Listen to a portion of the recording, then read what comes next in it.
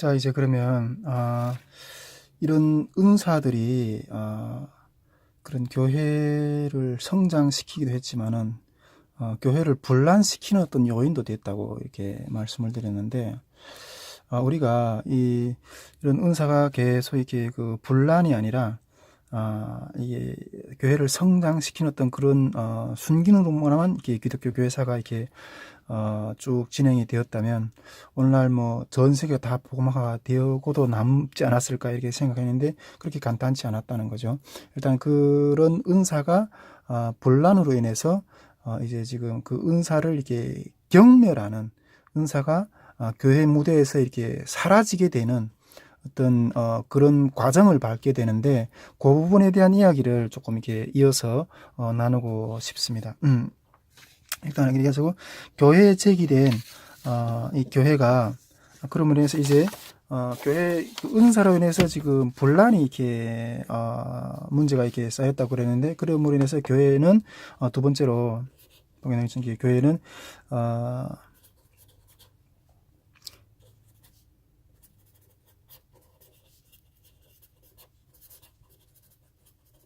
분란으로 해서 이렇게 질서의 문제가 이제 대두되게 되었다는 거죠.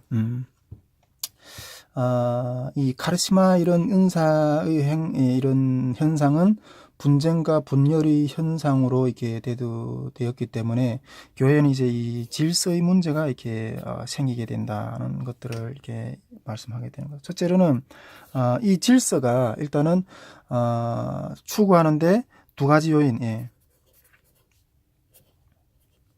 두 가지 요인이 있게 되는데, 첫째로는 이제 교회 안에서 실제 성령의 역사 속에서 은사를 잘못 사용했기 때문에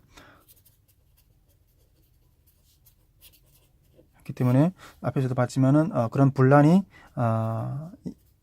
이야기돼서 이렇게 질서의 문제가 대두되었다는 거죠. 자, 두 번째로는 이 질서의 문제를 고민하게 되는 어떤 사회적인 환경을 좀 이렇게 봐야 되는 어떤 상황에 있어요. 왜냐하면 당시 로마 문화는 이게 혼합 종교 때문에 로마 문화,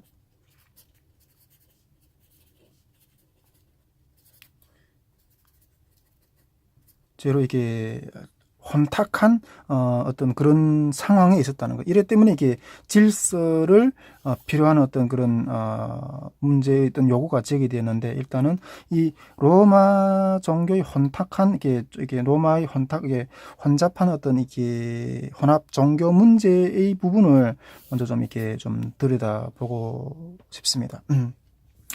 이때 등장한 것이 기독교 변증가들이에요. 기독교 변증가들인데, 여기 130년에서 한 180년경에 이 기독교 변증가 시대라고 그러는데, 이때를 이렇게 기독교 변증가들이 이게 등장하는데, 그들의 문서에 보면 이게 질서에 대한 질서에 대한 문제를 다루는 부분들이 상당히 이게 기록이 되어 있어요. 먼저 이게 변증가들을 좀 이해를 좀 이렇게 해보게 되면 왜 기독교 변증가들이 이렇게 나타나게 되느냐. 130년에서 180년 시대를 기독교 변증가 시대라고 이렇게 하는데, 왜 이때 당시 기독교 변증가들이 이렇게 생겨나게 됐느냐, 이 부분들을 먼저 조금 이렇게 설명을 드리면, 당시 우리가 지금 이렇게 기독교가 로마의 통치하에 지금 있는 상황이잖아요. 로마의 통치하에 있는 상황인데, 그 로마는 이게 로마 제국이 통치하는 어떤 예속 국가들 향해서 이 종교 문제에 대해서는 상당히 관대했다고 해요.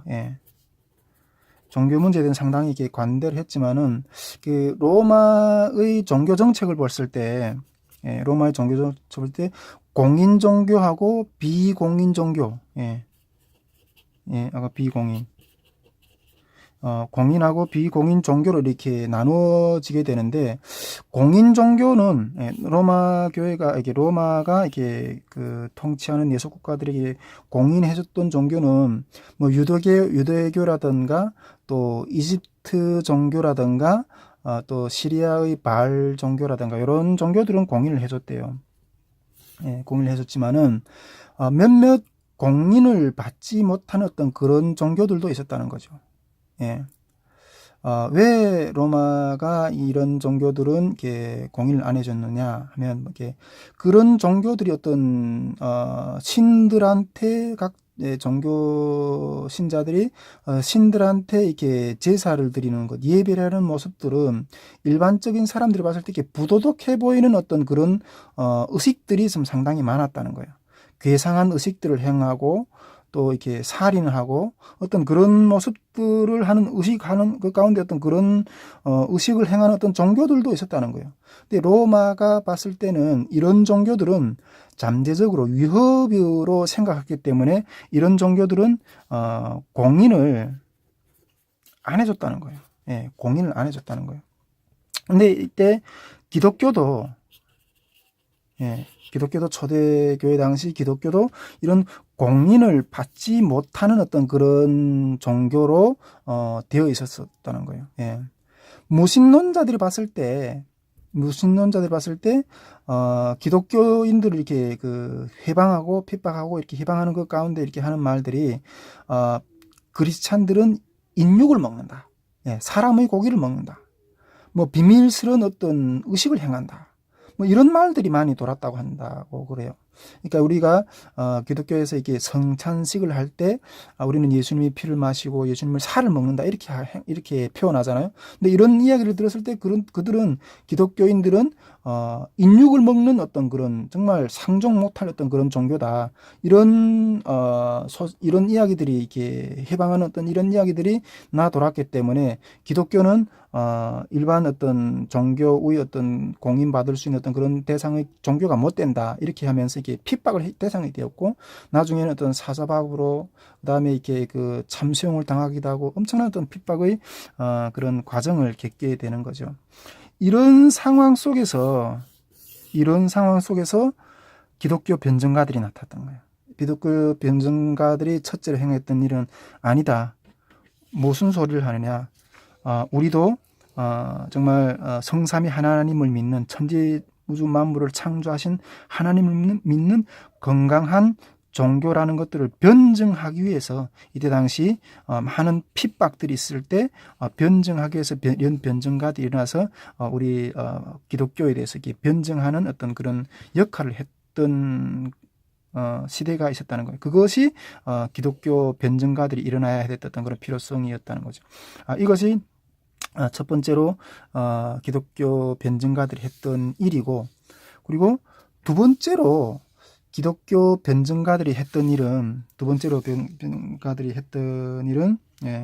첫째는 변호하는 일이었고, 두 번째로 기독교 변증가들이 했던 일은 교회 안의 이단들,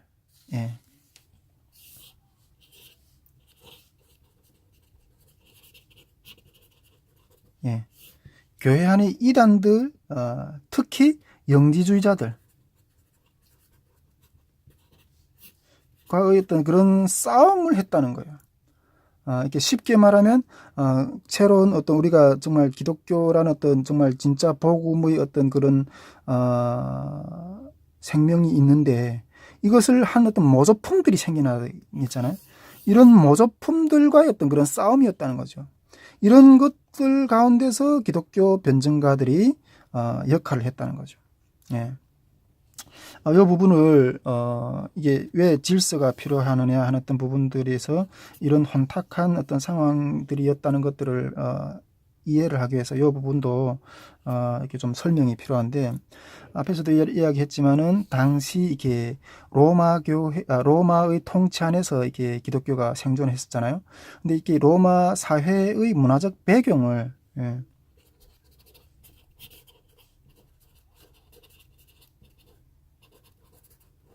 이 로마 사회 문화적 배경을 좀 이렇게 살펴볼 필요가 있는데, 이때는 로마 사회가 이렇게 그 그리스 철학 종교가 만연한 어떤 헬레니즘 시대였거든. 헬레니즘 시대였고, 여기에 유대교도 퍼져 있고, 유대교. 그리고 각종 예, 뭐 종교들, 각종 어떤 그런 사상들이 난무하는 이런 속에 복음이 전파되었다는 거예요. 이런 속에서 복음이 그러니까 온갖 헬레니즘의 어떤, 그리고 각종 어떤 그런 종교라고 하는 어떤 그러한 사상들 속에 어떤 그러한 사회적인 문화 배경 가운데 복음이 전파되었다는 거예요. 그러다 보니까 이게 쉽지는 않겠죠. 예. 자, 헬레니즘이라면 이게 그리스 철학, 예, 그리스 철학을 볼 수 있는데, 이 그리스 철학의 뿌리는 제가 생각했을 때는 이게 플라톤이라고 생각이 돼요. 예.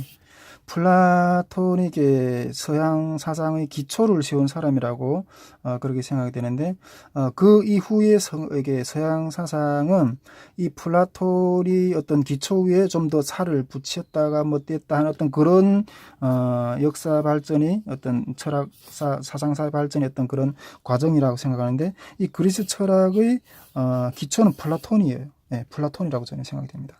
예. 플라톤은 이렇게 그 이데아 이론을 내놓잖아요. 이 형이상학적인 이데아 이론은, 그러니까 이게 현상계와 이게 그 이데아, 그러니까 이 현상계의 본질은 이게 본질적인 것이 아니고, 이 현상계 안에서의 본질은 진짜 본질은 이데아의 세계에 있다는, 예. 이데아의 세계에 있다는 이런 영육